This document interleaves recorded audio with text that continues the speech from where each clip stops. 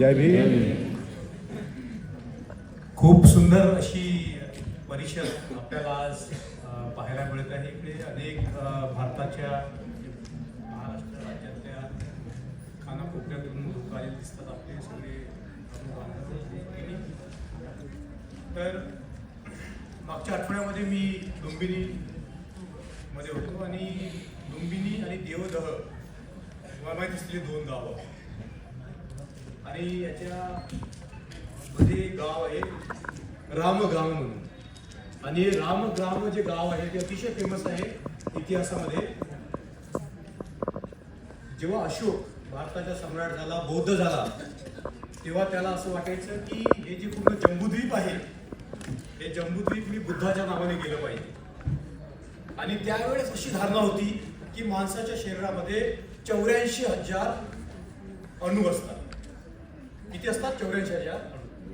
तर भगवंताचे जे काही हे होते रिलिक्स, ज्याला आपण इंग्रजीमध्ये रिलिक्स म्हणतो, धातू, बुद्ध धातू, ते सगळे धातू आपण गोळा करायचे आणि पूर्ण जम्बूद्वीपभर आपण ते धातू पसरवायचे आणि त्याच्यावर बुद्धाचे स्तूप बांधून हा पूर्ण जम्बूद्वीप जो आहे तो बुद्धाला समर्पित करावा. तर रामग्राम येथे एक मोठा प्रसंग घडला. 8 मुख्य ठिकाणी बुद्धाच्या ज्या अस्थी होत्या किंवा जे रिलीज होत्या धातू होत्या त्याची वाटणी झाली होती. सगळ्या लोकांनी अशोकाला धातू दिले. पण एक रामग्राम मधले जे नाग होते, त्या रामग्राम मधल्या नागांनी तो जो स्तूप आहे, आताही तो स्तूप आहे, तो स्तूप खोदून बुद्धाचे जे धातू होत्या ते रिलीज अशोकाला देण्यास त्यांनी मनाई केली. आता पहा, रामग्राम मधले नाग आणि अशोक काळामध्ये आपल्याला एक रेफरन्स मिळतो पवनीमध्ये. त्या पवनीमध्ये खूप मोठे असे स्तूप होते आणि तिथे एक शिलालेख सापडलेला आहे अशोककालीन. त्या शिलालेखामध्ये असा उल्लेख आहे की 5 निकायाचे स्वामी, पहिले जे त्रिपिटक आपल्याला ज्या स्वरूपात आज मिळतात त्याला पहिले निकाय म्हणायचे, आणि तिथे असा उल्लेख आहे की 5 निकायाचे स्वामी नाग हा शब्द तिथे वापरलेला आहे. तर हे जे नागवंशी लोक होते त्यांनी हा स्तूप इथे बांधण्यास मदत केलेली आहे. तर हा मी दाखला तुम्हाला ऍसेट देतो कारण चार्ल्स ॲलन नावाचा खूप मोठा संशोधक होऊन गेला आणि बुद्ध धर्मासाठी हा सुवर्ण काळ आहे. ज्या प्रकारे संशोधन होत आहे, ज्या प्रकारे माहित्या बाहेर येत आहेत बुद्ध धर्माच्या अभ्यासासाठी, हा सुवर्ण काळ आहे. चार्ल्स ॲलन हा एक खूप मोठा विद्वान होऊन गेला. नुकताच त्याचं 2-3 वर्षापूर्वी तो मरण पावला. त्याने अशोकावर खूप भरपूर कार्य केलं, लिखाण केलं, अशोकाची त्याने बायोग्राफी लिहिली. तो म्हणतो की भारताचा पहिला फाउंडर, निर्माता जो आहे तो कोण आहे? अशोक आहे. Ashoka is the founding father of India. हा शब्द एवढा महत्वाचा आहे कारण जगाच्या इतिहासामध्ये असा कुठलाही राजा झाला नाही की ज्याने अशा प्रकारचं कार्य जे आहे ते केलेलं आहे. आणि ह्याचे आपल्याला एव्हिडन्सेस मिळतात. आता आपल्याकडे चर्चा सुरू होती की धम्म की धर्म. पॅट्रिक ऑलिव्हेल नावाचा एक खूप मोठा विद्वान, ज्याने आता सध्या एक अशोकावर पुस्तक लिहिलेली आहे, फिलॉसॉफर किंग. काय लिहिलेलं आहे पुस्तक? Philosopher king. खूप रिसर्च करून तो असं म्हणतो की धम्म नावाची जी संकल्पना आहे किंवा धर्म नावाची जी संकल्पना आहे ती इतिहासामध्ये सगळ्यात पहिले एक वैश्विक नीतिमत्ता म्हणून आणण्याचं काम जे आहे ते अशोकाने केलेलं आहे. आणि मग आपण पाहतो की भारताच्या इतिहासामध्ये जे वेगवेगळ्या प्रकारे जे धम्म आपल्याला धर्म किंवा जे शब्दाची जे आपल्याला वेगवेगळे जे मिळतात, आशय मिळतात, ते अशोकाला प्रतिक्रांती म्हणून निर्माण केलेले शब्द आहेत. वर्णाश्रम धर्म वगैरे हे शब्द अशोकाच्या काळामध्ये अस्तित्वात नव्हतं. हे जे वर्णाश्रम धर्म जे आहे त्याचा उल्लेख आपल्याला अशोकाच्या कुठल्याही शिलालेखामध्ये मिळत नाही. 4,000 शब्द आपल्याला अशोकाचे आढळतात वेगवेगळ्या शिलालेखांमध्ये. त्याच्यामध्ये वर्ण आश्रम हे धर्म आपल्याला मिळत नाही. अशोकाने अनेक विषयावर भाष्य केलेले आपल्याला दिसतात. हे आज जे लोक विद्वान जे अभ्यास करून आपल्याला सांगतात त्याच्यातून आपल्याला असं दिसतं की एक जगाच्या पाठीवर नीतिमत्तेवर आधारित समाज व्यवस्था, धर्मावर आधारित समाज व्यवस्था, धर्मावर आधारित समाज व्यवस्थाचं काम जे आहे ते अशोकाने केलेलं आहे. आणि म्हणून चार्ल्स ॲलन नावाच्या व्यक्ती काय म्हणतो की Ashoka is the founding father of India. कारण त्याच्यापूर्वी एक एवढा मोठा राज्य, एवढी मोठी स्टेट एका धम्म ह्या तत्वावर आधारित घेऊन निर्माण करणं ही पहिली बाब जी आहे ती अशोकाने केलेली आहे.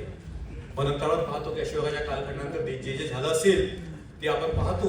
पण नंतर आपण पाहतो की आधुनिक भारतामध्ये जर आधुनिक भारताचा जर कोणी निर्माता असेल तो कोण आहे? प्राचीन भारताचा निर्माता फाउंडिंग फादर अशोक आहे असं चार्ल्स अलन म्हणतो. आजची जी डेमोक्रेसी रिपब्लिक ऑफ इंडिया याचं लोकशाहीचं जर कोणी फाउंडर असेल तर तो कोण आहे? कोण आहे? बाबासाहेब आंबेडकर आहे. आणि ही गोष्ट मी म्हणतो म्हणून नाही, तर आपण जर खऱ्या अर्थाने पाहिलं भारताच्या इतिहासाकडे, आधुनिक इतिहासाकडे, ज्या प्रकारे भारताची निर्मिती झालेली आहे त्या भारताच्या निर्मितीमध्ये उच्च कार्य बाबासाहेबांनी केलेलं आहे. आपण समजू शकतो की आधुनिक भारताचा जो निर्माता आहे तो बाबासाहेब आंबेडकर आहे असं आपण म्हणू शकतो. आणि जेव्हा आपण बाबासाहेब आंबेडकर आणि बुद्ध धर्म या विषयाकडे आपण जेव्हा लक्ष देतो तर आपण एक गोष्ट कटाक्षाने पाहिली पाहिजे की बाबासाहेब 1956 साली बौद्ध झाले असं नाही. एक खूप मोठा श्रीलंकन विद्वान होऊन गेला ज्याचं नाव आहे राहुल वालापद. व्हॉट द बुद्धा टॉट हे खूप मोठं फेमस पुस्तक त्यांनी लिहिलं आहे. आणि याचा आणि बाबासाहेबांचा संपर्क आलेला आहे. खूप गोष्टी आपल्याला माहित नाही. आता मी सिद्धार्थ कॉलेजमध्ये, मिलिंद कॉलेजमध्ये जेव्हा बाबासाहेबांनी जे वाचलं, काय नोट्स काढल्या त्या मी अध्ययन करतो. आणि त्याच्यामध्ये खूप सारं असं साहित्य आहे जे आतापर्यंत आपल्यापर्यंत पोहोचलेलं नाही. तर एक दाखला असा आहे, वर्ल्ड बुद्धिझम नावाची एक मॅगझिन राहुल वालपोला चालवायचे. आणि नंतर ते बाबासाहेब गेल्यानंतर मिलिंद कॉलेजला ती भेट दिली होती. राहुल वालपोला, तुम्ही जर नाव जर गुगल केलं तर तुम्हाला लक्षात येईल. हा म्हणतो की बाबासाहेब आंबेडकरांनी मला स्वतः सांगितलं की मी वयाच्या 16व्या वर्षी बौद्ध होतो. काय म्हणतो? मी वयाच्या 16व्या वर्षी बौद्ध होतो असं राहुल वालपोला वर्ल्ड बुद्धिझम या मॅगझिन मध्ये असं म्हणतो. आणि बाबासाहेबांचा एक मी म्हणजे आता प्रकाशित नाही पण अप्रकाशित अशा काही नोट्स बघितल्या. त्या नोट्स मध्ये एक खूप महत्वाची बाब मला सापडली. ती अशी आहे, बाबासाहेब ते म्हणजे नोट्स आहे हू इज पांडुरंग, इंग्रजीमध्ये लिहिल्या. त्याच्यामध्ये बाबासाहेब असं म्हणतात की माझ्या वडिलांना जेव्हा ते ब्रह्मदेशमध्ये त्यांची जेव्हा पोस्टिंग होती, तुम्हाला माहिती आहे रामजी मिलिटरीमध्ये होते, आणि ब्रह्मदेशमध्ये जेव्हा रामजींची पोस्टिंग होती तेव्हा रामजींना बौद्ध धर्म काय आहे हे माहित होतं.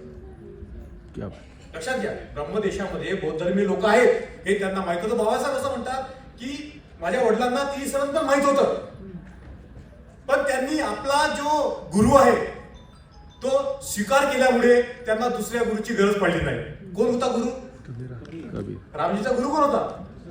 संत कबीर, राईट. तर आपण जर पाहिलं तर असं नाही की बाबासाहेब आंबेडकरांची घरांची जी बाबासाहेब आंबेडकरांची जळणघळण झाली होती ती त्याच्यामध्ये बौद्ध धर्म नव्हता असं नाही.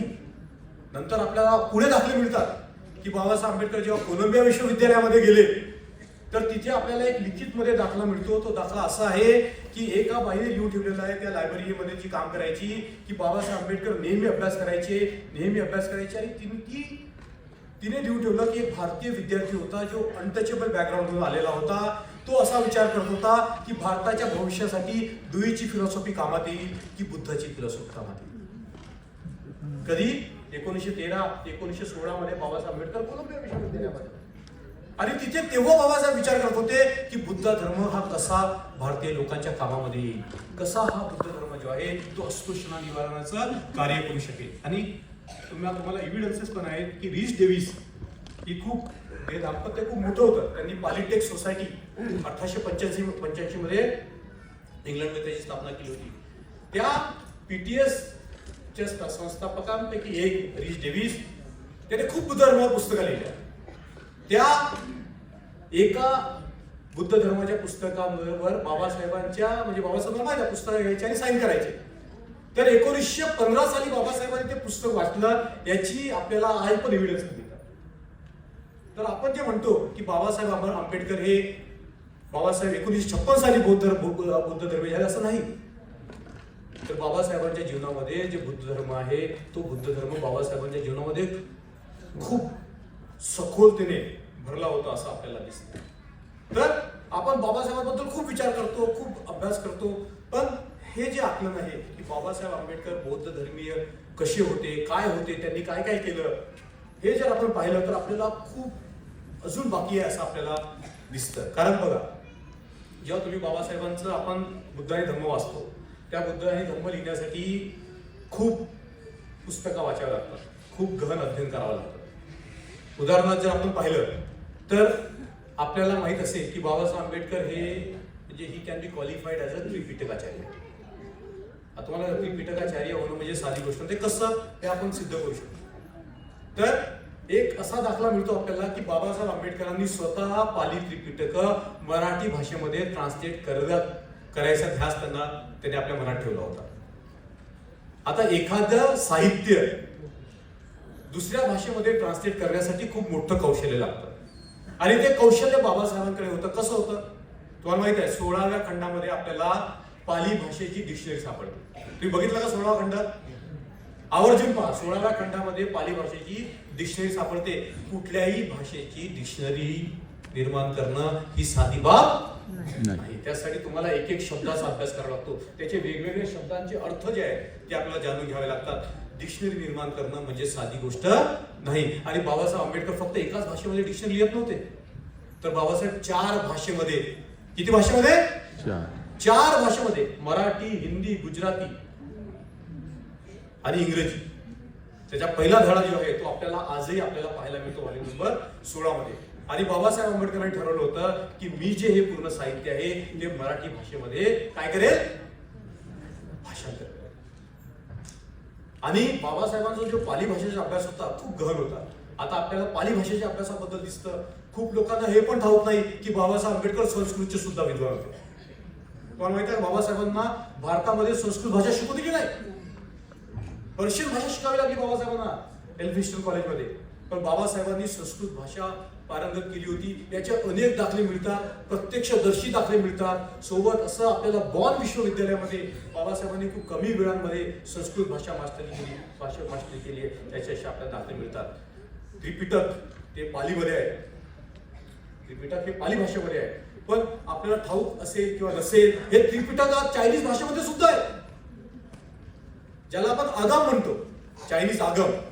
आणि बुद्ध आणि त्याच्या धम्म ह्या ग्रंथा लिहिताना बाबासाहेबांनी असं म्हटलं की चायनीज धम्म पदाप्रमाणे लिहिले गेले पाहिजे. आता मी बात तुम्हाला असे सांगतो, कारण आपण जेव्हा बुद्ध धर्माकडे पाहतो तेव्हा आपला कल जो आहे तो जास्तीत जास्त जे आहे ते आपले जे ट्रॅडिशनल कंट्रीज आहेत, जे पाली याच्यावर भर देतात, त्याच्याकडे पण असतं आपलं हे. पण आपण जर बाबासाहेबांकडे पाहिलं तर बाबासाहेबांचा जो अभ्यास होता तो फक्त पाली त्रिपिटकापुरता नव्हता. विचार करा, त्यावेळेस बाबासाहेबांनी चायनीज धम्मपदाचा उल्लेख केलेला आहे. कुठला उल्लेख केलेला आहे? चायनीज धम्मपद. आणि आज मी म्हणजे आता खूप देशांमध्ये फिरलेलो आहे, तुम्हाला सांगतो मंडळी भगिनींनो, 2 देश असे आहेत की ज्या देशामध्ये बौद्ध धर्म जे आहे तो फोफावत आहे. पहिला भारत आणि दुसरा चीन. ह्या चीन देशामध्ये जी बुद्ध धर्माची लाट आता आलेली आहे आणि येत आहे ती भारतासारखीच आहे.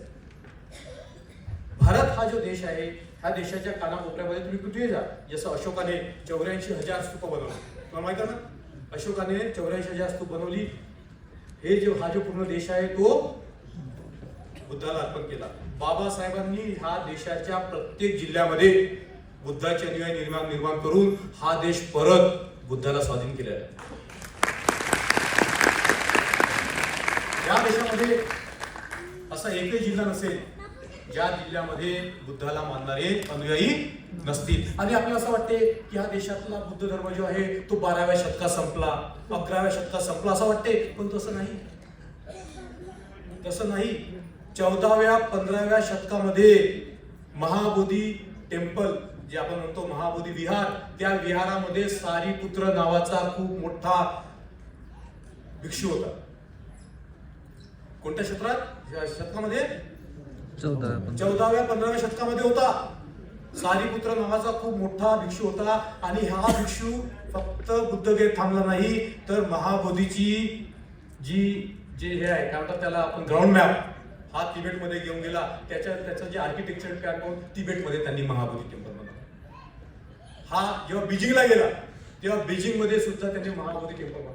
त्याची पण साक्ष आज आपल्याला ऐतिहासिक पुरावे दिसतात की 14व्या 15व्या शतकामध्ये महाबोधी विहारामध्ये सुद्धा जे आहे तो बौद्ध भिक्षू तिथला हेड होता. एक नवीन दाखला मिळालेला बंधू आणि खूप शॉकिंग आहे. जैन भंडारामध्ये एक मॅन्युस्क्रिप्ट मिळाली 15व्या शतकातली, आणि जोरापूरकर नावाचा एक नागपूरमध्ये विद्वान आहे, जैन विद्वान. ही जी मॅन्युस्क्रिप्ट मिळाली त्या मॅन्युस्क्रिप्ट मध्ये 16 बौद्ध पाषांडाचा उल्लेख आहे. किती? म्हणजे 15व्या शतकामध्ये महाराष्ट्रामध्ये बौद्ध धर्म होता याचा दाखला मिळतो. आता समोर पहा. आणि ह्या ज्या 16 जे नाव आहेत त्या 16 नावाचा तिथे उल्लेख केलाय की कुठले कुठले पाषाण आहे. तर वासनिक, काय नाव मिळतं? वासनिक म्हणजे जे निवास करत असतात. 7 घरे म्हणजे हे लोक 7 घरांमधून जाऊन भिक्षा चारिका करतात. 9 घरे, गवीश्वर, असे 16 तिथे उल्लेख मिळतात बौद्ध पाषाणाचे 15व्या शतकातले महाराष्ट्रातले. आणि कवीश्वर हे जे सगळे नाव आहेत हे जास्तीत जास्त नाव आपल्याला कुठल्या लोकांमध्ये दिसतात? कुठल्या लोकांमध्ये दिसतात?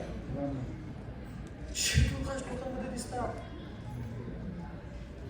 वासनिक, 7 घरे, 9 घरे, तुम्हाला असंही हे सांगतो मी, कारण बौद्ध धर्म जो आहे आपण आता त्याचा परत अभ्यास करायला सुरुवात केली तर आपल्याला असं दिसतं की बौद्ध धर्म ह्या देशातून जरी इन्स्टिट्यूशनल पातळीमध्ये जरी नष्ट झाला असेल पण तो लोकांच्या मनामध्ये होता.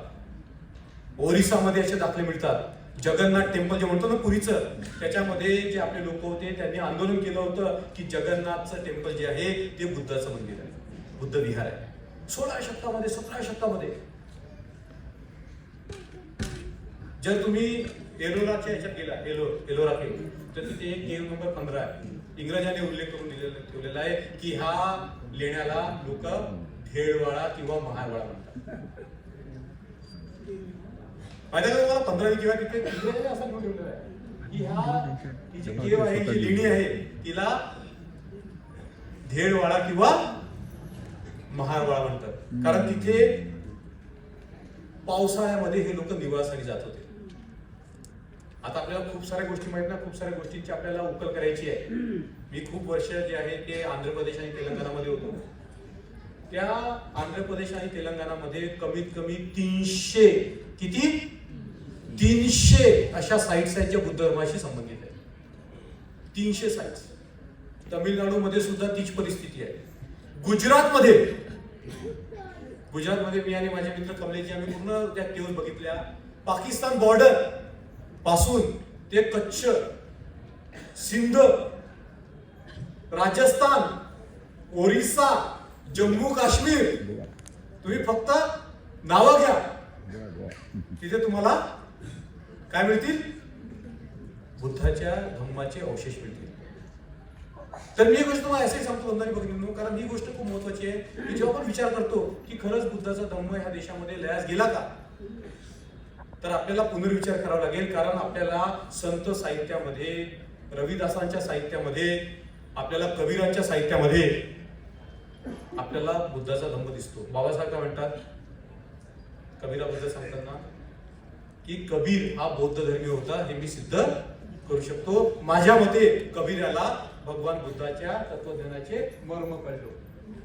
किती मोठा वाक्य विचार करा. माझ्या मते म्हणजे बाबासाहेबांच्या मते कबीराला बुद्ध धर्माचं मर्म कळलेलं होतं. आणि आता काही विद्वान आहेत, एक मोठा विद्वान आहे ऑस्ट्रेलियन पीटर फ्रीडलँडर, तो असं म्हणतो की आपण कबीर आणि रविदास तत्वज्ञानामध्ये पूर्ण बुद्ध धर्म आपण पाहू शकतो. आणि तो पुढे जाऊन हे असं म्हणतो की 22 प्रतिज्ञा ज्या बाबासाहेबांनी दिलेल्या आहेत त्या 22 प्रतिज्ञा जशा तशा आपल्याला कबीराच्या तत्वज्ञानामध्ये दिसतात, जशा तशा आपल्याला रविदासाच्या तत्वज्ञानामध्ये दिसतात. आणि बुद्ध धर्माचा तो तर एक मेन मुख्य असा पाया आहे. तर आज आपण असा विचार करतो की भारतीय संस्कृती कशी निर्माण होईल, भारतामध्ये बौद्ध संस्कृती कशी निर्माण होईल. तर आपण याच्यासाठी आपल्याकडे खूप मोठा आदर्श आहे, तो म्हणजे बाबासाहेब आंबेडकर. आज आपण बुद्ध धर्माला हिनयान, महायान, वज्रयान आणि वेगवेगळ्या यानांमध्ये आपण विभागतो. पण बाबासाहेबांनी बुद्ध धर्माला असं कधीच त्यांनी विभागलं नाही. तुम्हाला दिसलं का असं की बाबासाहेबांनी बुद्ध धर्माला असं वेगवेगळ्या यानांमध्ये त्यांनी विभागलं? आपल्याला दिसत नाही.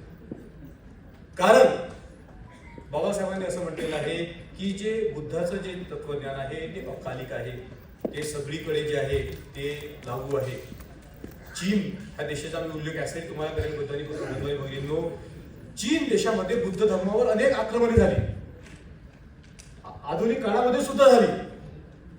पण चीन देशामध्ये बुद्ध धर्म आतापर्यंत आहे, आस्था गायत आहे, प्रत्येक गावामध्ये आहे. कारण त्या लोकांनी काय केलं माहिती, चीनी लोक खूप हे करतात, त्याला एक्सपेरिमेंट करतात.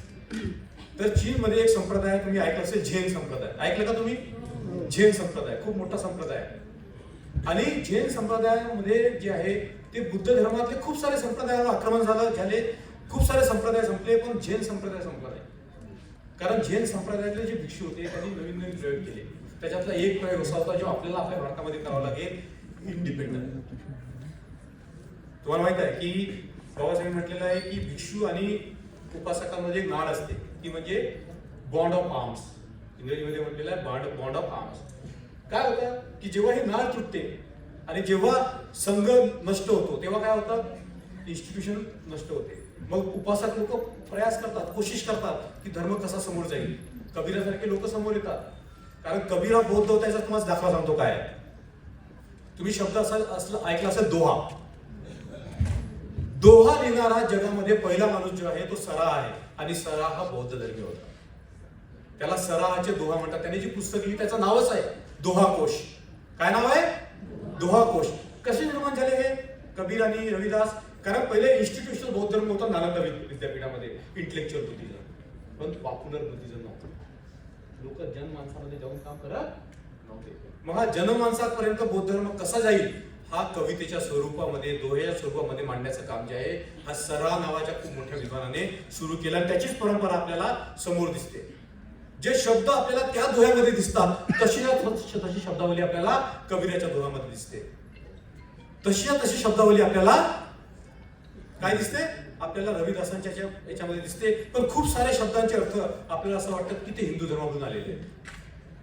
कारण तेव्हाच्या काळामध्ये हिंदू धर्म अस्तित्वात नव्हता. हिंदू धर्म जे आहे त्याची निर्मिती मागच्या 300-400 वर्षामध्ये असेल. त्याच्या पहिले हा धर्म नव्हता. हा जगातला सगळ्यात नवीन धर्म आहे. हा काही ओल्ड धर्म नाही. मी म्हणत नाही, बंगाली वगैरे मी म्हणत नाही. जगातले जे टॉपमोस्ट विद्वान अभ्यास करतात, जगामधले जे टॉपमोस्ट विद्वान अभ्यास करतात, त्यांनी लावलेले शोध आहे. मी म्हणतो म्हणून नाही. तर आपण जर असं पाहिलं की जे दाखले आपल्याला मिळतात, बंगाली भाषा, मैथिली भाषा, अवधी भाषा याची जननी जी आहे ह्या दोहाकोशामध्ये. ह्याच्या भाषांचा उल्लेख केलेला उडिया भाषा, याचं जे पहिलं साहित्य आहे ते आपल्याला ह्या दोहाकोशामध्ये दिसतं. त्याच्यामध्ये 84 जे लोक होते सिद्ध, त्यांनी लिहिलेले जे आहेत दोहे त्याच्यामध्ये आपल्याला उल्लेख दिसतात. तर मी तुम्हाला यासाठी सांगते बंगाली वगैरे, कारण जर आपण भारताच्या इतिहासाकडे पाहिलं, भाषा बघितल्या, लिप्या बघितल्या, जी धम्मलिपी आहे त्या धम्मलिपीमधून तेलुगू लिपी निर्माण झालेली आहे. तुम्हाला माहित आहे का? या धम्मलिपीतून तमिळ लिपी निर्माण झालेली आहे. जे आर्किओलॉजिकल लोक कसे सांगतील, क हा कसा क मध्ये कन्वर्ट होतो. एवढंच नाही, समोर जाऊन ही लिपी जी आहे ती लिपी थाई लिपीला निर्माण करते. आज आपण ज्या भारताला पाहतो खूप गरीब, खूप आपण असं हे म्हणजे पाहतो, पण जर चीनच्या लोकांना विचारलं भारताला बद्दल तर ते भारताला म्हणायचे वेस्टर्न पॅराडाईज. काय म्हणायचे? Western paradise. आणि जेव्हा शुआनझांग भारतामध्ये आला, त्या शुआनझांगमुळे आपल्याला भारताचा इतिहास माहिती आहे का तुम्हाला?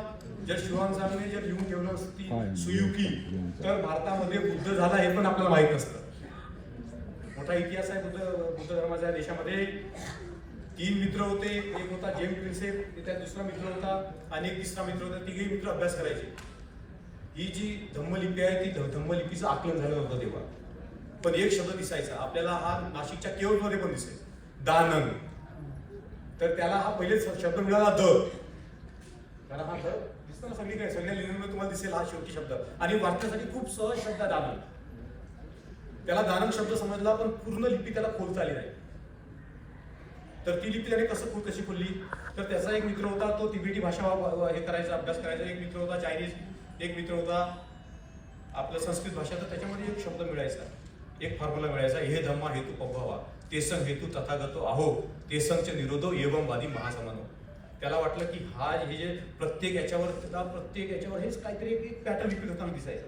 आताही दिसतं. आताही जर आपण एक्सकेव्हेशन केलं तर आपल्याला हा फॉर्म्युला जिथे तिथे मिळतो. तर त्याने हा फॉर्म्युला घेतला आणि लावून बघितला तर पूर्ण जी लिपी आहे ती लिपीची उकल झाली. मग नंतर भाषाशास्त्रज्ञांनी बघितलं की ही लिपी जी आहे ही लिपी भारतातल्या ज्या सगळ्या लिपी आहेत, तेलुगू पासून ते तमिळ पासून ते देवनागरी पर्यंत सगळ्या लिपींची जननी कोण आहे? पाली. दंभलिपी आहे. ह्या ज्या भाषा आपल्याला दिसतात बंगाली पासून तर उडिया पर्यंत, याची जननी कोण आहे? पाली भाषा आहे. याचे एव्हिडन्सेस आहेत.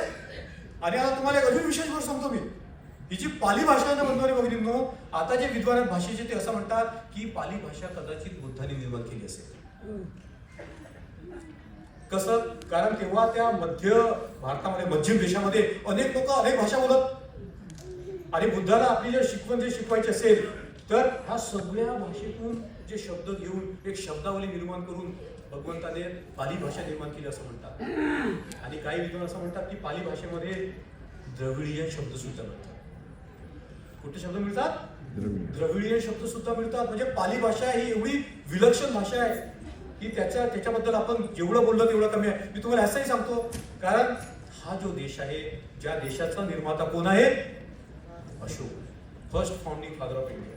बाकी सगळी मायथॉलॉजी आहे, काही एव्हिडन्स नाही त्याचे, आपल्याला त्याचे एव्हिडन्स मिळत नाही. पण अशोकाच्या प्रत्येक गोष्टीचे आपल्याला एव्हिडन्स मिळतात, लिखित स्वरूपात मिळतात. आणि आपल्याला असं सिद्ध होतं की हा देश जो आहे, this country belongs to whom? Buddhist. Belongs to whom?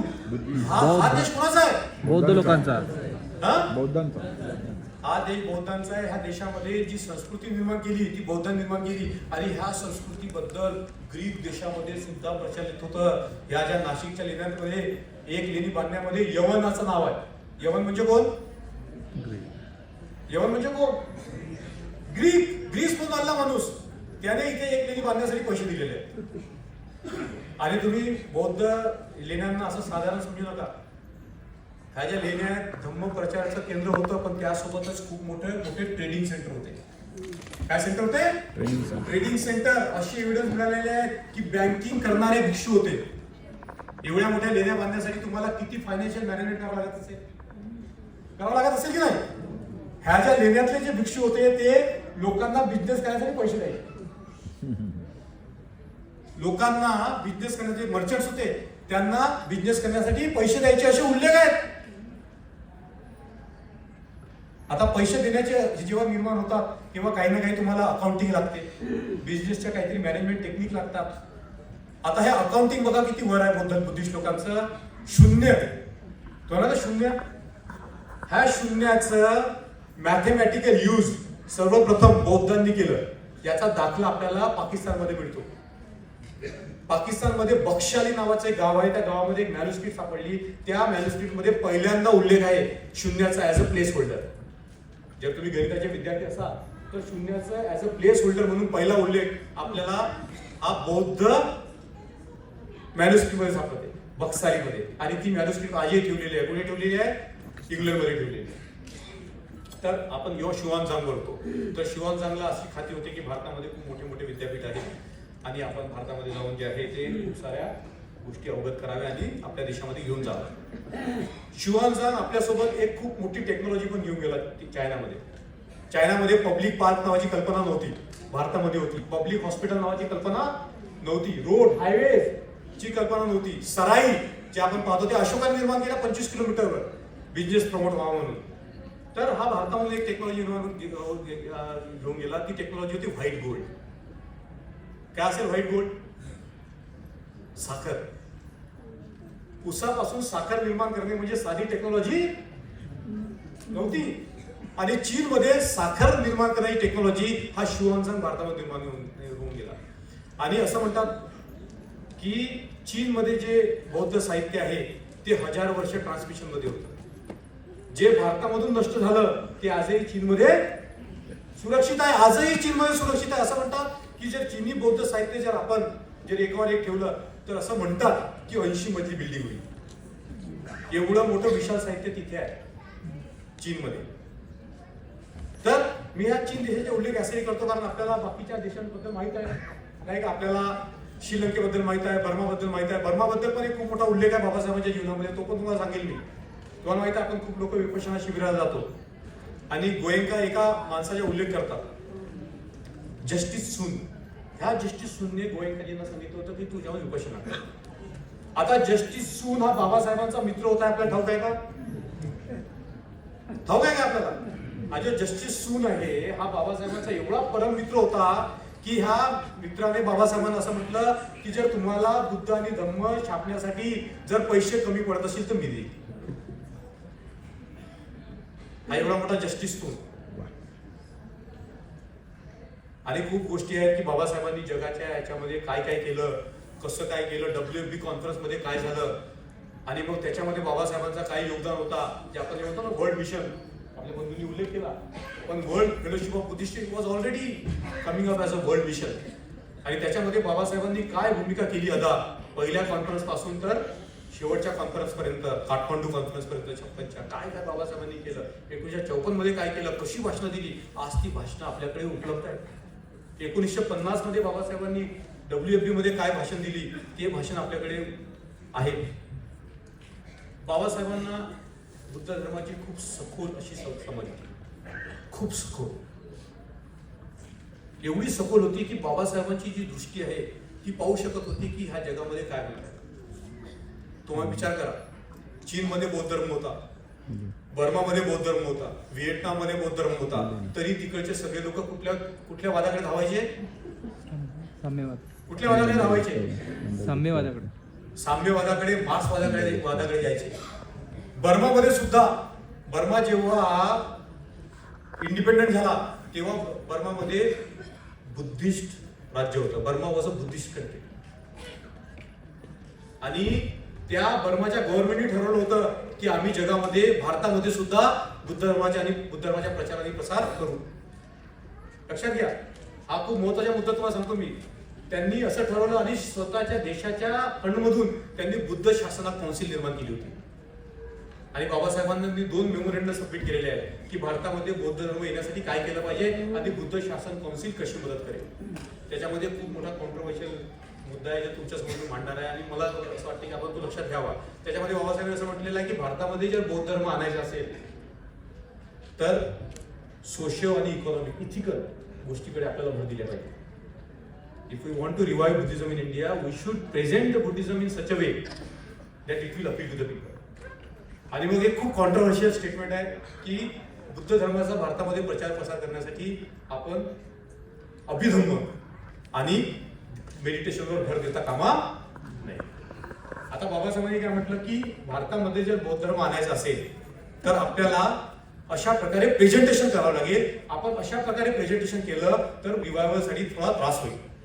आता बाबासाहेब आंबेडकर प्रेझेंटेशन बद्दल बोलले, म्हणजे प्रत्येक गोष्टीमध्ये स्ट्रॅटेजी असते, कुठल्या गोष्टीवर भर द्यायला पाहिजे आणि कुठल्या गोष्टीवर भर नाही द्यायला पाहिजे. याचा अर्थ असा होता का की बाबासाहेब आंबेडकरांनी अभिधम्म नाकारलं? याचा अर्थ असा होतो का की बाबासाहेबांनी समाधी नाकारली? विचार करा, याचा अर्थ असा होत नाही. पण याचा अर्थ काय होतो की आपल्याला भारतामध्ये जर बुद्ध धर्माला रिवाईव्ह करायचं असेल तर आपल्याला इथल्या बहुजन समाजाकडे लक्ष द्यावं लागेल. कारण हा बहुजन समाज, बॅकवर्ड क्लासेस आणि depressed classes are ready to become Buddhist. कारण बाकी लोकांना धर्मामध्ये येण्यामध्ये काय इंटरेस्ट नसेल, पण जे बॅकवर्ड क्लासेस आणि जे अनटचेबल क्लासेस आहेत त्यांना धर्मामध्ये येण्यासाठी इंटरेस्ट असेल. कारण भारताच्या इतिहासामध्ये Buddha has emerged as a symbol of revolution. तुम्हाला माहित आहे की आपण बौद्ध झालो 1956 मध्ये. त्यापूर्वी तमिळनाडूमध्ये आपला खूप मोठा एक पुढारी होता, आयोतिथास. श्रीनिवास हे बाबासाहेबांचे सहकारी होते. He was already Buddhist. PL Narasu, Lakshmi Narasu तुम्ही नाव ऐकलं असेल, त्याच्या पुस्तकात जगभरात गाजत होत्या. तर आपल्या समाजामध्ये आपण पाहिलं तर दक्षिण भारतामध्ये आपले लोक जे आहेत ते बुद्धांना मानणं त्यांनी सुरू केलं होतं, कन्व्हर्जनचं काम सुरू केलं होतं. नॉर्थ इंडियामध्ये एक भिक्षू बोधानंद होते. ते म्हणजे खूप कालच्या ब्राह्मण समाजामधून आले होते, पण त्यांची जी पूर्ण विचारधारा होती ती बहुजन विचारधारा होती आणि ते शब्द पण वापरायचे बहुजन शब्द. युपी मध्ये अजून एक खूप मोठा माणूस होऊन गेला, त्याचं नाव आहे चंद्रिका प्रसाद जिज्ञासू. हा कोळी समाजातला होता, पण याने 1960 मध्ये बहुजन कल्याण प्रेस ची स्थापना केली होती आणि हा बौद्ध होता. हा बोधानंद सोबत काम करत होता. बोधानंदची जे पुस्तक आहे मूल निवासी भारत म्हणून मूल निवासी आर्य और मूल निवासी भारत, मूल निवासी म्हणून एक शब्द त्यांची पुस्तक आहे. खूप सुंदर पुस्तक आहे. हा बौद्ध भिक्षू बाबासाहेबांना पहिल्यांदा कुठे भेटला असेल? 1920च्या मानगाव कॉन्फरन्स मध्ये. कधी भेटला असेल? 1920च्या मानगाव कॉन्फरन्स मध्ये हा बौद्ध भिक्षू आला होता, भिक्षू बोधानंद. आता बाबासाहेबांना ज्याने पाली शिकवली त्याचं नाव होतं ईश्वरदत्त मेधार्थी. 40च्या दशकामध्ये 1941 मध्ये बोधानंदांनी बाबासाहेबांना त्यांची जी बौद्ध संघटना होती त्या बौद्ध संघटनेचे बाबासाहेबांना त्यांनी ज्याला म्हणतात ऑनररी प्रेसिडेंट पद दिलं होतं 1941 मध्ये. तर जेव्हा आपण विचार करतो तेव्हा हे जे देश आहेत, हे देश जे आहेत, हे सगळे जे देश आहेत याच्यामध्ये एक अशी एक म्हणजे मुवमेंट सुरू होती की आपण साम्यवादाकडे जावं. पण तुम्ही बाबासाहेबांची वैचारिक दृष्टी पहा. बाबासाहेबांनी तेव्हा कुठल्या विषयावर व्याख्यान दिलं? तुम्हाला ठाऊक आहे का बाबासाहेब तेव्हा कुठल्या विषयावर व्याख्यान दिलं होतं? बुद्ध और कार्ल मार्क्स. जगाला बुद्ध पाहिजे की कार्ल मार्क्स पाहिजे. आणि त्या देशाने सांगितलं की तुम्ही बौद्ध आहात, तुमच्याकडे त्रिपिटक आहेत, त्या त्रिपिटकाचा तुम्ही गहन अभ्यास कराल. मार्क्सवाद्यापेक्षा कितीतरी पटीने मोठी अशी विचारधारा तुम्हाला समता आणण्याची मिळेल.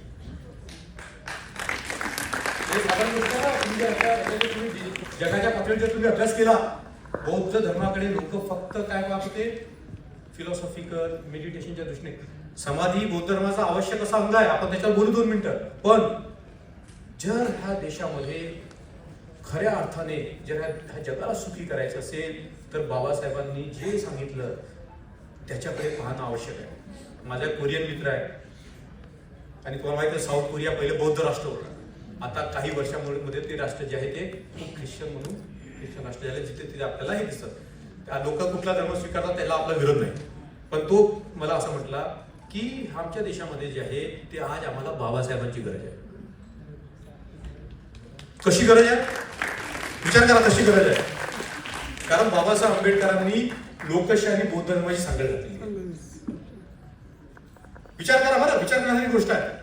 ज्या लोकांना ज्या देशांना लोकशाही पाहिजे, मग लोकशाही कशी असेल, त्याचे बेस काय असेल. आणि जर धर्म आपण सेपरेट करू शकत नाही, कारण काहीतरी माणसाच्या मनामध्ये असं आहे जे धार्मिक गोष्टीला प्रवृत्त करते. आता जगामध्ये एवढे धर्म नसते. काहीतरी आपल्या मानसिकतेमध्ये असं आहे की आपण धर्माकडे आकृष्ट होतो. नाही तर जर नसते आपल्या याच्यामध्ये अंतःकरणामध्ये अशा गोष्टी नसत्या तर आपण खरंच एवढे जगामध्ये धर्म दिसले असते का? नाही. धर्माला सोडून आपण चालू शकत नाही.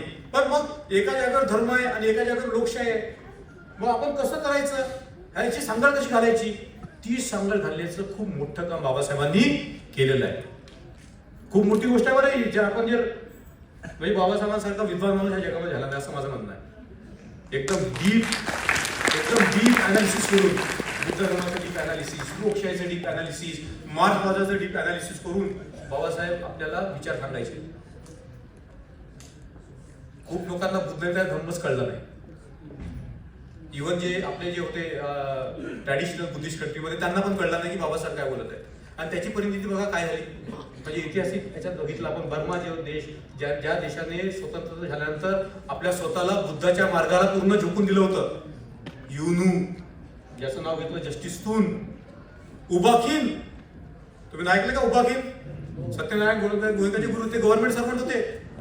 गव्हर्नमेंटच्या पैशातून सर्वप्रथम पहिलं विपश्यना केंद्र निर्माण झालं होतं 1952 साली. कोणाच्या पैशातून? गव्हर्नमेंटच्या त्या ऑडिट डिपार्टमेंटमधून काढलं होतं ते. ह्या देशामध्ये 1960 मध्ये काय झालं? सत्ता पालट झाली. काय झाली? आणि बाबासाहेब कधीपासून इशारा देत होते? 1950 पासून बाबासाहेब इशारा देत होते की आपले जे बौद्ध राष्ट्र आहेत ते भरकटत आहेत, हे मार्क्सवादाकडे चालले.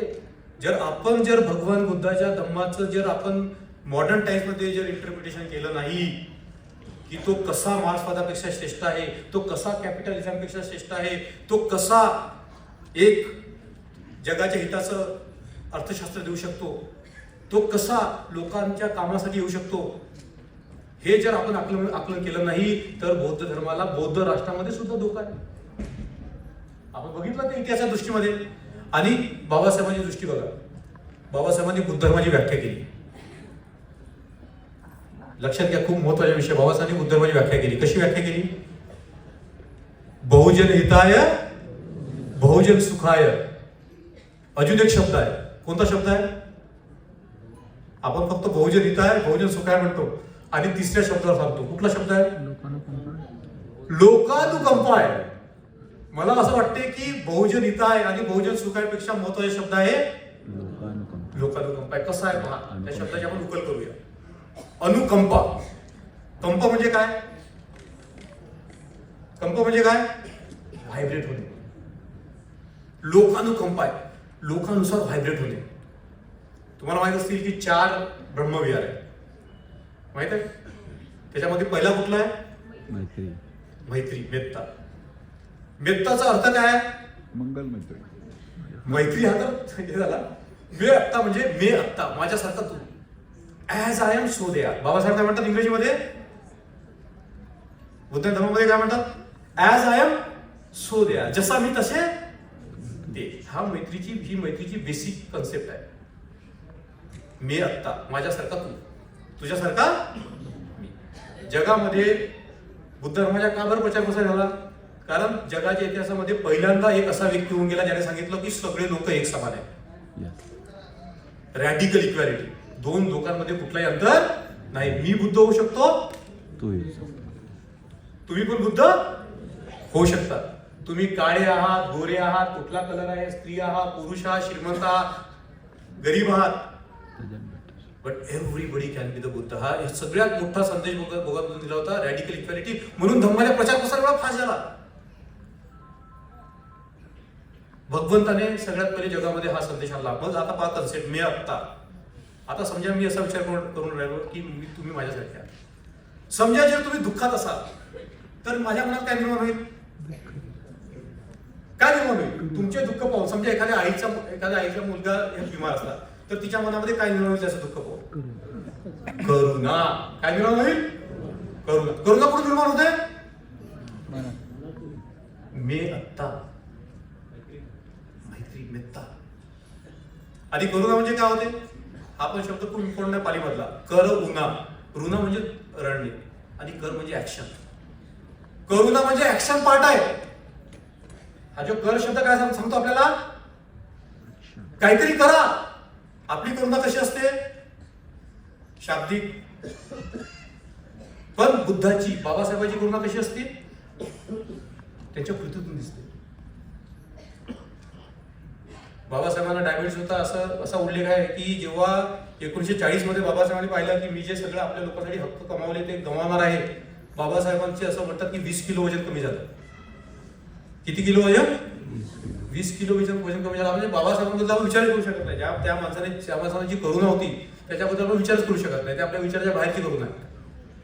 आता समजा मी असा विचार केला की तुम्ही माझ्यासारखे आहात आणि तुम्ही सुखी असाल तर माझ्यामध्ये काय निर्माण होईल? मुदिता. काय निर्माण होईल? मुदिता. आणि विदाउट फेल 24/7 आपल्या मनामध्ये असे विचार असतील, विदाउट डिस्क्रिमिनेशन.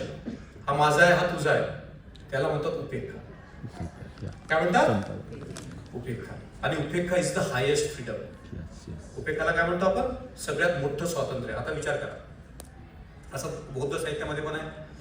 तर बाबासाहेबांनी असं म्हटलं की जे समता, स्वातंत्र्य, बंधुत्व हे तत्व मी फ्रेंच रिव्हॉल्युशन मधून घेतलं नाही, तर कोणाकडून घेतलं? माझे गुरु. हा शब्द महत्वाचा ना. माय गुरु बुद्धांकडून घेतलेला आहे. आता बघा, अनुकंपा, लोकानुकंपाय. लोकानुकंपाय म्हणजे काय? मेत्ता, करुणा, मुदिता, उपेक्षा. आता बघा, जे मुदिता आणि करुणेला जे आपण ब्रॅकेट केलं तर त्याला समता म्हणतेलं आहे. काय म्हणतेलं आहे? समता. आणि उपेक्षा इज द हायेस्ट फ्रीडम. म्हणजे काय? स्वतंत्रता. मग मेत्ता म्हणजे काय? बंधुत्व. समजलं तुम्हाला? तर समता, स्वातंत्र्य आणि बंधुत्व हे सरळ आपल्याला बुद्ध तत्वज्ञानामध्ये दिसतं. आता बाबासाहेबांचं समोरचं आपण बघा. बाबासाहेबांनी काय म्हटलं की जगामध्ये लोकशाहीची वेगवेगळ्या पातळ्या असतात. एक पातळी असती सामाजिक लोकशाही, एक पातळी असती आर्थिक लोकशाही आणि एक पातळी असती राजनैतिक लोकशाही. राजनैतिक लोकशाही आपल्याला माहित आहे. काय राजनैतिक लोकशाही? वन मॅन वन वोट, प्रत्येकाला वोट देण्याचे अधिकार आणि निवडणूक लढवण्याचे अधिकार.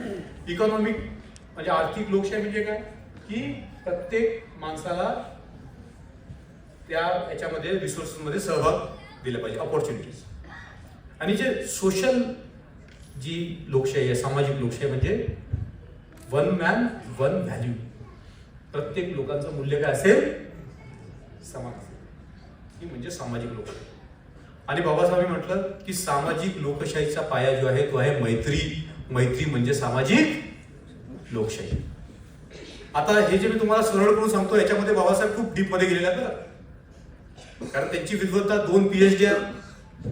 ते जगातल्या टॉप कॉलेजमधून, बार ॲट लॉ. त्यांचे आपण पुस्तक वाचतो तर आपली बुद्धी डेव्हलप व्हायला लागते. एखाद्या म्हणजे असं नॉर्मल माणसाने पण त्यांची पुस्तकं वाचण्यास सुरुवात केली तर त्याची पण विचारशक्ती हे होते, प्रभावित होते.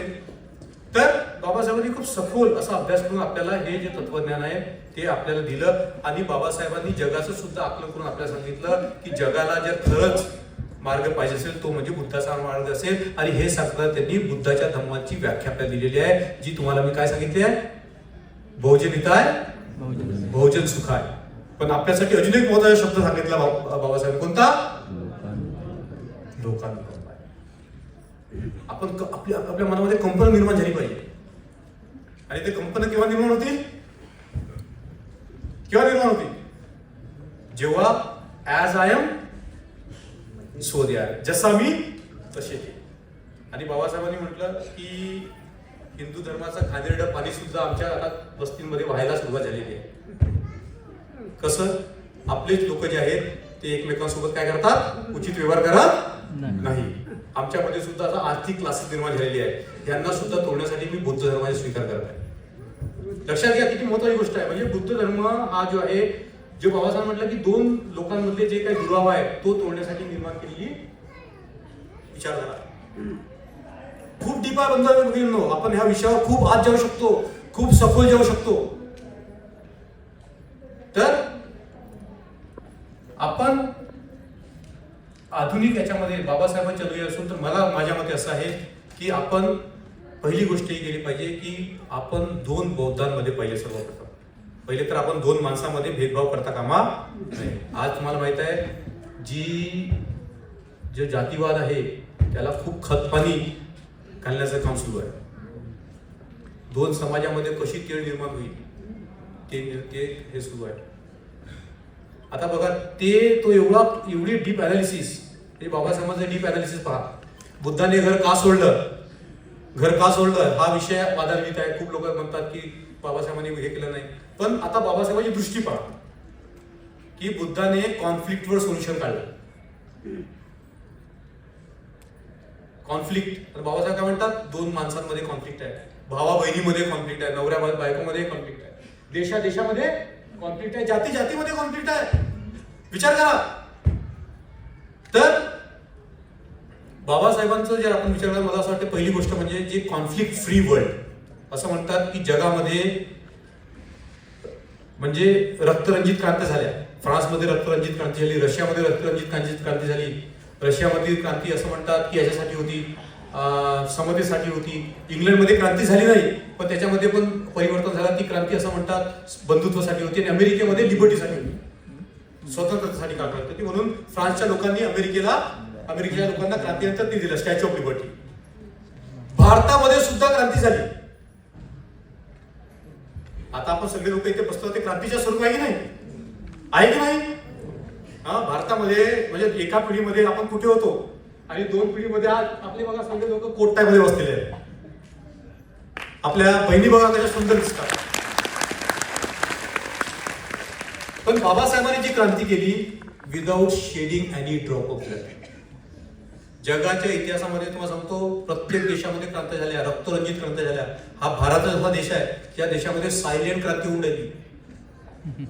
आता विचार करा, जगातला सगळ्यात ऑपरेस्ट लोक जगाच्या इतिहासामध्ये अनटचेबल म्हणजे अस्पृश्यतेसारखी महापाप कोणतंच नसेल जगाच्या इतिहासामध्ये. बरं, आपण ब्लॅक लोकांकडे पाहतो ते पण त्यांनी पण खूप सहन केलं, पण जे आपल्या लोकांनी सहन केलं ना ते म्हणजे कल्पनाशक्तीच्या बाहेर आहे. जर बाबासाहेबांनी म्हटलं असतं तर खूप झालं, आता सहन होत नाही आपल्याला, आपण काहीतरी केलं पाहिजे उपकार, तर काय असतं, काय असतं या देशामध्ये पूर्ण रक्ताचे 25% लोक आहेत ह्या देशामध्ये आपले लोक. ते सेन्सस कडे जाऊ नका, जे वेगळे डाटा येतात ना एनएसएस ते सांगतात 25% लोक आहेत ह्या देशामध्ये. 20% नाही, 25% लोक आहेत. पण बाबासाहेबांनी कधी आपल्याला सांगितलं का की रक्तरंजित क्रांती करा? नाही. हा जगाच्या पाठीवरचा सगळ्यात मोठा नमुना आहे, ज्या प्रत्येक देशाने याला फॉलो केला पाहिजे की क्रांती तर करण्याची गरज आहे, पण रक्ताचा एकही थेंब न सांडवता क्रांती करणे म्हणजे ही साधी बाब नाही आहे. कधी आपल्या समाजावर एवढे अन्याय होतात, आपलं लोक कसं म्हणतात का कधीच करत नाही. शांतीच्या मार्गाने क्रांती होऊन राहिली, याचा नमुना आपल्यासमोर बसलेला आहे. याचा नमुना आपल्यासमोर बसलेला आहे. 1-2 पिढ्यामध्ये किती डॉक्टर, किती इंजिनियर, किती ऑफिसर झाले असतील हे आपल्याला ठाऊक नाही. बाबासाहेबांच्या वेळेस एखाद वगैरे बाबासाहेबांनी केलेला एखादा आय एस ऑफिसर असेल, पण आता तर ही जी क्रांती आहे ही क्रांती बाबासाहेबांनी आपल्याला करून दाखवलेली आहे. आपल्याला फक्त बाबासाहेबांच्या विचारावर चालायचं आहे, बौद्ध विचारावर चालायचं आहे. ते म्हणजे कसं, नो डिस्क्रिमिनेशन. पहिला कुठला आपली जे हे आहे क्रांतीच्या पहिला कुठला आहे, नो डिफरन्सिएशन, नो डिस्क्रिमिनेशन. हा कोण आहे, तो कोण आहे हे पाहता कामा नाही, पहिली गोष्ट. दुसरी गोष्ट म्हणजे आपण 2 बौद्धामधला फरक करता कामा नाही. चीनच्या पण असेल, तो 1500 वर्षापासून बुद्ध धर्म बुद्धिस्ट आहे. मी असं एका चीनच्या भिक्षूसोबत बोलत होतो, त्याला म्हटलं की काय, तो म्हटलं आम्ही पैदा झाल्यापासूनच 30-45 होते, पण त्यांच्या भाषेमध्ये. जपानचे लोक आपण काय म्हणतो त्यांना तिकडे 10 हात दिसतात, 5 हात दिसतात, ते आपले लोक म्हणतो की नाही आपण आपण असा भेदभाव करता कामा नाही. आता जर तिकडे जपानमध्ये जर आपल्याला अवलोकितेश्वर दिसत असेल, पण भैया त्याची पहिली मूर्ती तुम्हाला मुंबईत मिळते ना, म्हणजे तुमच्या दुकानाकडे गेली ना. अवलोकितेश्वरची पहिली मूर्ती कुठे आहे, कान्हेरी किल्ला मध्ये आहे, बरोबर आहे की नाही. आता आपण त्या जपानच्या लोकांना दोष देतात का, नाही. तर आपण असा भेदभाव बौद्धामध्ये कधीच करता कामा नाही, कधीच करायचं नाही. We should be open to everybody. मग बघा कसा हे होतं, कारण त्या जगातल्या प्रत्येक बौद्धाची इच्छा आहे की भारतामध्ये बुद्ध धर्म आला पाहिजे. मग तो जपानचा असो, चायनाचा असो, कोरियाचा असो, थायलंडचा असो, श्रीलंकेचा असो, प्रत्येकाची इच्छा आहे की ज्या भूमीमध्ये बुद्ध पैदा झाला त्या भूमीमध्ये बुद्ध धर्म परत आला पाहिजे. तुम्हाला सांगतो मी, आता मी तर तुम्हाला स्टूल नावाच्या माणसाचे उदाहरण दिलं, एक म्हणजे तुम्हाला उदाहरण सांगतो. अमेरिकेमध्ये झेन संप्रदायाची ओळख पटवून देणारा माणूस होता, त्याचं नाव आहे डीटी सुजुकी. खूप मोठा माणूस. हा डीटी सुजुकी हा बाबासाहेबांना सुद्धा भेटला. हा बाबासाहेबांना भेटला आणि बाबासाहेब जपानला जाणार होते. हे जे साहेबांनी उल्लेख केला ना सेमिनरी बनवण्याचा एक उल्लेख झाला. बाबासाहेब जे आहे ते जपानला जाऊन जपानच्या लोकांनी कबूल केलं होतं की आम्ही तुम्हाला सेमिनरी बनवण्यासाठी मदत करू.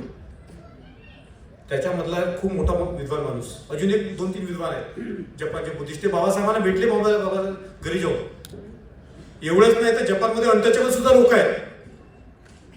जपानमध्ये अनटचेबल लोक आहेत आणि त्यातला एक लीडर बाबासाहेबांना जेव्हा भेटला आणि तो म्हटला की बाबासाहेबांसोबत मी विचार म्हणजे प्रेरित होऊन मी जपानमध्ये मुवमेंट सुरू केली म्हणून.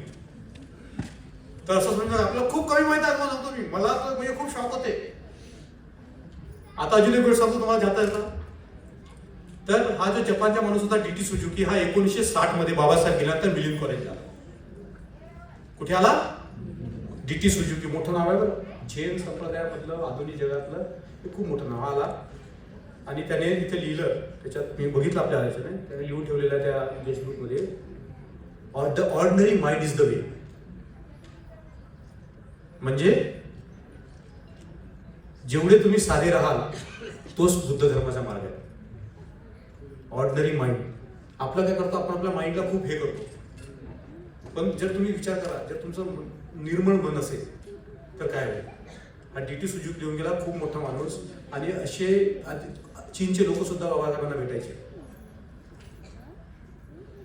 तुम्ही मार्टिन ल्युथर किंगचं नाव ऐकलं ना? तर हा मार्टिन ल्युथर किंग आहे ना, एक पुस्तक होतं, the strange law of Jim crow. एक पुस्तक होतं आणि मार्टिन ल्युथर किंग म्हणायचा की ही माझी बायबल आहे. त्या पुस्तकाचा जो लेखक होता वुडवर्ड, हा वुडवर्ड वर्ल्ड वॉर II मध्ये भारतामध्ये आला आणि या बाबासाहेबांना भेटला. आणि त्याने असं लिहून ठेवलेलं आहे की बाबासाहेबांना निग्रो चळवळीमध्ये बद्दल जी माहिती आहे ती एवढी आहे की मी खूप I was very surprise to know that. आणि त्याने म्हटलं की ही जी पुस्तक आहे the strange law of Jim Crow, ही लिहिण्याची एक प्रेरणा मला बाबासाहेबांकडून मिळाली. कोणाकडून मिळाली? बाबासाहेबांकडून. आणि मार्टिन ल्युथर किंग त्याला आपली बायबल समजायला. मी तुम्हाला यासाठी सांगतो, जसं बाबासाहेबांच्या जीवनाबद्दल आपल्याला खूप कमी माहिती आहे, खूप गोष्टी ज्या आहेत ते आपल्याला आता अजून उकलण्यास सुरुवात करायची आहे. खूप गोष्टी आपल्याला माहिती होती, पण बाबासाहेबांचे जे फंडामेंटल प्रिन्सिपल आहेत ते आपण लक्षात ठेवलं पाहिजे. Never discriminate. एका बौद्धाने दुसऱ्या बौद्धाशी किंवा कुणाही लोकांशी आपण डिस्क्रिमिनेट करता कामा नये. First principal. सेकंड प्रिन्सिपल असा आहे जस्टिस, न्याय. तुम्हाला ठाऊक असेल की बाबासाहेबांचं जे दिल्लीला घर होतं त्याला म्हणायचे इन्साफ की कोठी. कोठी, इन्साफ की कोठी. म्हणजे आपण इन्साफ का देवता, आता आपण हा भाषेमध्ये असं म्हणू शकतो, इन्साफ का देवता. संदर्भ कसा बौद्ध धर्माचा, बौद्ध धर्माच्या आणि इन्साफच्या, जस्टिसच्या. तर बाबासाहेबांनी बुद्ध आणि धम्मामध्ये लिहून ठेवलेलं आहे the Buddha's Dhamma is the perfect justice. आता काय वाटते, आपण एक वाक्य आपण वाचत नाही, पण मी काय म्हणतो, आपण बाबासाहेबांचं एक एक वाक्याचं आकलन केलं पाहिजे. कारण त्या एक एक वाक्य लिहिण्यामध्ये एवढा मोठा विद्वान माणूस हा विचार करून दिला असेल ना. जेव्हा बाबासाहेबांनी असं लिहून ठेवलेलं आहे the Buddha's Dhamma is the perfect justice, म्हणजे संपूर्ण भगवान बुद्धाचा धर्म संपूर्ण न्याय आहे. आता एक शब्द याच्यावर किती पेज येऊ शकतो? एकच वाक्य आहे. असे तुम्हाला बुद्ध आणि धर्मामध्ये अनेक गोष्टी सापडतील. आता शेवटी मेडिटेशनच्या विषय थोडा कॉन्ट्रोवर्शियल असतो. मेडिटेशन म्हणजे काही नाही, जास्त आपण मुद्दा विचार करायचा नाही. अवेअरनेस ऑफ बॉडी, काया, वेदना आणि चित्त आणि धम्म, चार गोष्टीची आपल्याला स्मृती ठेवायची आहे. बुद्ध आणि धर्मामध्ये आहे जशी तशी आहे की नाही? तुम्ही बुद्ध आणि धर्म वाचला का? बुद्ध आणि धर्म फक्त असा हो म्हणून नाही, तो आपला धार्मिक ग्रंथ आहे. आपण दररोज एक एक पान वाचल्या पाहिजे. की नाही? हा, आपल्याला we don't need light from outside. आपल्याला कोणी येऊन आपला भला करू असं नाही. आपल्याकडे ऑलरेडी बुद्ध आणि धम्म आहे. तर आपण काय केलं पाहिजे? वाचलं पाहिजे. मग आपण एकदा वाचलं तर मग दुसऱ्यांदा आपण वाचायला घेतो पुस्तकावर, ते नवीन अर्थ निर्माण होतात. बाबासाहेबांच्या याच्यामध्ये लिखाणामध्ये अशी कला आहे की प्रत्येक वेळेस आपल्याला नवीन संदर्भ सापडतात. तर बुद्ध आणि धम्म आपण जर आपण नियमित वाचन हे केलं, त्याच्यामध्ये आहे सतीपठाणाचा उल्लेख आहे. आता सतीपठाण जे आहे ते बुद्ध धर्मामध्ये बेसिक आहे. आणि आपण खूप सारे, मला सांगता आलं, खूप सुंदर लोक आपले विपश्यना करतात, शिबिराला जातात. तर त्याच्यामध्ये काय करतो आपण? सतीची स्थापना करतो, बरोबर आहे. मग आपण शरीराची स्मृती निर्माण करतो, आपण आपल्या वेदनांची स्मृती निर्माण करतो, आपण आपल्या चित्ताची स्मृती निर्माण करतो आणि धम्माची स्मृती निर्माण करतो. आता बघा, हे सगळे मूलभूत कसे आहेत? बेसिकली आपली जी बॉडी आहे ती भगवंताने काय सांगितलं की खूप अटॅचमेंट असतं आपल्या बॉडीला. आणि बॉडीचं एक कॅरेक्टरिस्टिक आहे अशुभ. जर आपण स्किन खोलून पाहिलं तर काय दिसेल आपल्याला? आपल्याला काही डॉक्टर असतील लोक इकडे, नाही का? तर शरीरामध्ये आपण पाहिलं तर आपल्याला काय दिसते? अशुभ दिसते. हा, वेदनांचं नेचर काय आहे? वेदना नेहमी दुःख निर्माण करतात. म्हणून बाबासाहेबांनी काय म्हटलं की जर आपल्याला दुःख दूर करायचं असेल तर सुखद आणि दुःखद वेदनाची जाणीव निर्माण केली पाहिजे. राईट, असं लिहिलेलं बाबासाहेबांनी, मराठीमध्ये लिहिलेलं. तर वेदना, आपण सुखद वेदनाच्या मागे धावलो, दुःखद वेदना, कुठल्या पण वेदनाच्या मागे धावलो तर शेवटी काय निर्माण होईल? दुःख. तर वेदनांचा गुणधर्म काय? दुःख. मनाचा गुणधर्म काय? अनित्यता. मन आपलं कधी नित्य राहू शकत नाही. एका जागेवर थांबते कधी आपलं मन? थांबते का? तुम्ही कधी आपल्या मनाला एका जागेवर थांबून ठेवलं, थांबतो का तो? मन हा आलंबन पकडत असतो. म्हणजे मनाच्या गुणधर्म अनित्य आणि धम्म जे काही आहे त्याचा एक गुणधर्म अनात्मा, नो इसेन्स. राईट. तर जेव्हा आपण काय करतो, सती करतो, तेव्हा काय करतो आपण, शरीराला अशुभ आहे म्हणून पाहतो, वेदनेला दुःख निर्माण करते म्हणून पाहतो, चित्ताला आपण अनित्य म्हणून पाहतो, आणि जे काही आहे अस्तित्वात त्याला आपण अनात्म म्हणजे सगळं ठिसूळ आहे, आज काही नाही असं म्हणून पाहतो. आता हे सगळं आपल्याला बुद्धांच्या दमामध्ये दिसते, बरोबर आहे. तर argument for the sake of argument करणं ठीक आहे, पण आपण जे आहे ते अष्टांग मार्गाचे जेव्हा पालन करतो तेव्हा आपले सगळे अवयव जे आहेत त्याचं पालन करावं लागतं, सम्यक दृष्टीपासून ते सम्यक समाधीपर्यंत.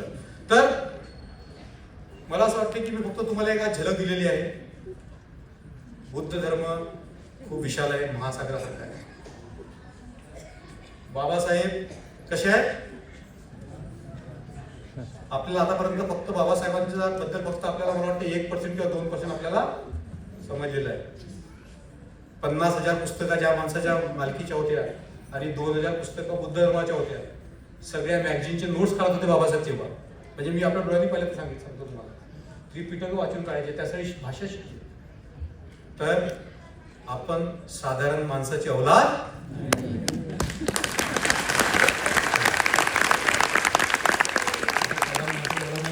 आणि बाबासाहेब म्हणत होता का एक दिवस माझे डोकं जगाचे नेतृत्व करते. काय म्हटलं होते, आता एवढा कॉन्फिडन्स कसा आला, विचार करा ना, एवढा कॉन्फिडन्स कसा आला. कारण बाबासाहेब माहिती होते जे विचार मी घेऊन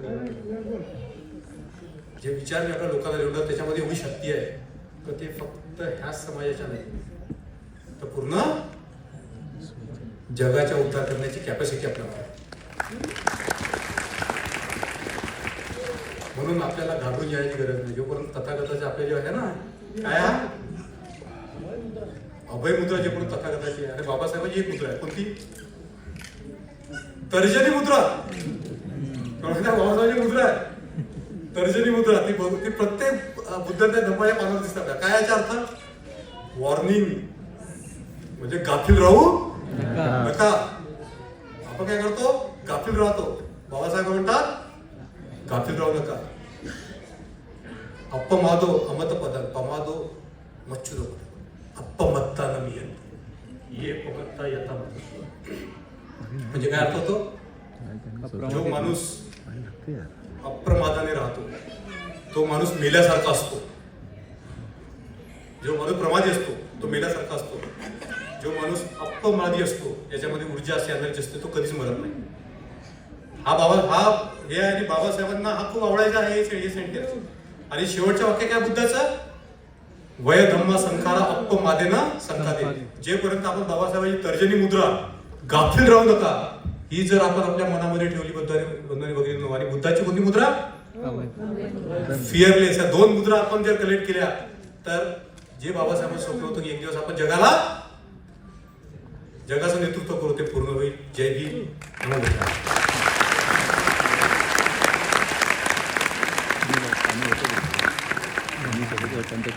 ब्रेक नव्हता घ्यायचा त्याने, त्याचा फरक पडतो ना, कंटिन्युटी जी असते ना